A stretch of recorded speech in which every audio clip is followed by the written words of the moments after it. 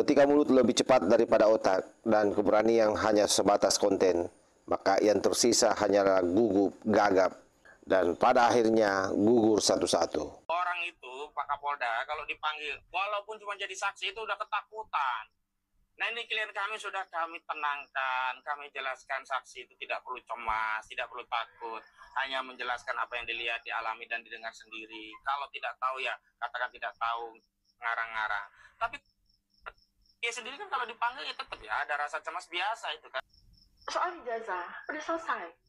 A sampai Z-nya udah selesai. Dari sisi penelitian saya, berdasarkan data-data dan variabel-variabel yang saya temukan. Simpulannya adalah ijazah itu? Ijazah itu, jadi simpulannya ini masih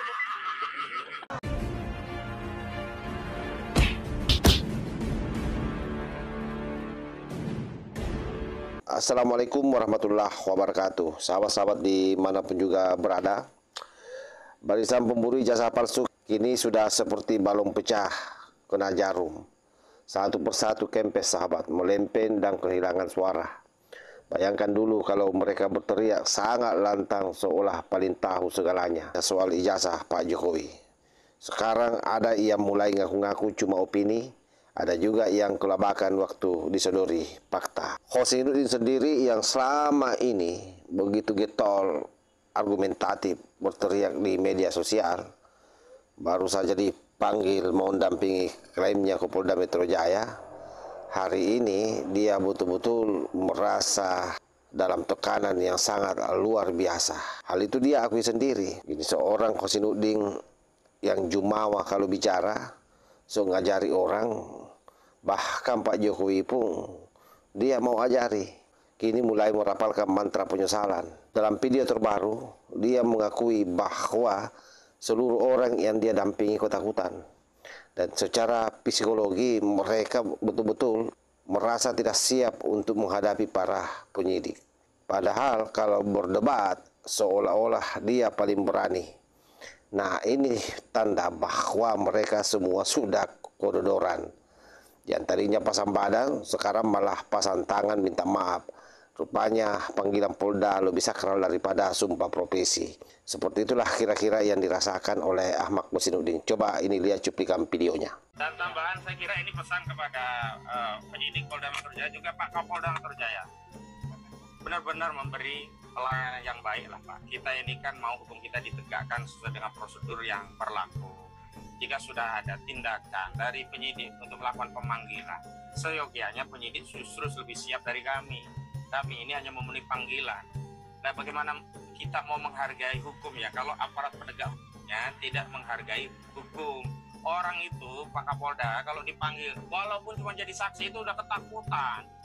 Nah, ini klien kami sudah kami tenangkan, kami jelaskan saksi itu tidak perlu cemas, tidak perlu takut, hanya menjelaskan apa yang dilihat, dialami, dan didengar sendiri. Kalau tidak tahu ya katakan tidak tahu, ngarang-ngarang.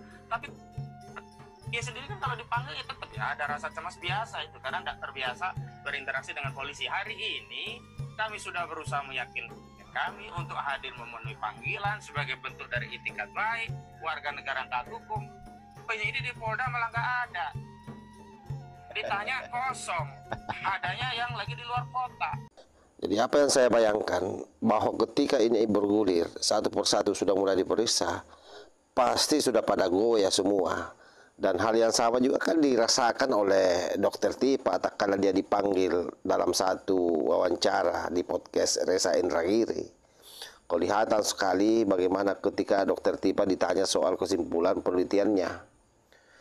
Dan ternyata dia tidak mampu di situ menyimpulkan soal kepalsuan ijazah Pak Jokowi. Bahkan dia gugup terbata dan tak berani menjawab. Nah, kenapa? Karena ya pasti takut. Jangan-jangan tahu betul bahwa kalau jawab palsu langsung terjerat pasal pidana. Jadi dia sendiri sudah kedor sebenarnya. Padahal ngaku-ngaku sebagai peneliti, tapi kok kesimpulannya nggak berani disebut. Ini penelitian atau pertunjukan sandiwara. Kan seperti itu di benak kita semua ini. Dengan situasi yang ada hari ini. Jadi mereka semua ini pada ketakutan sahabat. Nah, ini coba lihat sendiri videonya. Bukan kesalahan, bukan kesalahan. Karena kan proses hukum belum selesai. Ya kalau dari penelitian saya kan udah mengarah kepada itu kan. Ya. Kesalahannya apa? Ya ini persoalan akademik. Ya persoalan akademik yang jadi saya tuh melihatnya gini. Soal ijazah udah selesai. A sampai Z-nya udah selesai. Dari sisi penelitian saya, berdasarkan data-data dan variabel-variabel yang Simpulannya adalah ijazah itu. Jadi simpulannya Jadi tak kala kebenaran sudah mulai menampakkan wajahnya, maka fitnah itu seperti bumerang. Semakin keras dilempar, makin kencang balik ke Najida sendiri. Inilah yang dialami oleh Dr. Tipa ataupun Kosinudin dan seluruh para calon tersangka ini. Kosinudin dan Tipa ini hanya dua contoh dari barisan panjang pemburu fitnah ijazah palsu. Ketika panggilan penyidik mulai berdatangan satu persatu berubah nada, yakini itu secara psikologi pasti mereka sudah tahu betul bahwa ujung-ujungnya akan jadi tersangka. Padahal dulu menggonggong dengan lantang, sekarang apa yang terjadi? Menyisir kalimat dengan hati-hati. Faktanya, semua tuduhan tak kuat bukti. Dan publik mulai sadar, ini bukan soal keadilan, tapi ambisi politik yang dibalut bualan akademik dan hukum. Inilah yang terjadi manakala orang bermain-main dengan narasi fitnah. Apalagi penyebaran informasi di media sosial itu sangat cepat. Dan masyarakat hari ini sudah melek. Karena itu ya, kalau berani bikin fitnah, harus berani pula bertanggung jawab. Kalau tidak sanggup, jangan jadi pahlawan kesiangan yang tersandung kenyataan. Inilah yang kalian hadapi hari ini. Inilah harga dari kegagapan logika. Makanya ketika hukum mulai bekerja, ya hati-hati. Karena pasti para pencipta narasi mulai gelagapang. Sebagaimana yang kalian pertontonkan ini nyata. Dan kita ini semua harus terus jaga akal sehat. Karena itu saya pesankan kepada seluruh sahabat-sahabat yang selama ini mengawal kasus ini, memantau kasus ini, terus jaga akal sehat. Agar tak ikut terseret arus hoaks yang dibungkus klaim intelektual abal-abal. Dan ingat, bukan semua yang viral itu benar. Tapi semua yang benar pasti akan bertahan. Situasi inilah yang dihadapi oleh barisan sakit hati ini. Selama ini dia memburu keviralan sampai kemudian dia bicara ngoceh terus, menyerang terus Pak Jokowi dengan barbar. Akhirnya apa yang terjadi?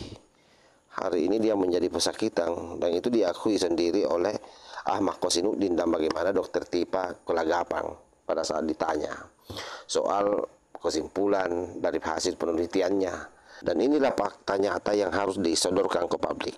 Wallahul muwaffiq ila aqwamit thariq. Wassalamualaikum warahmatullahi wabarakatuh.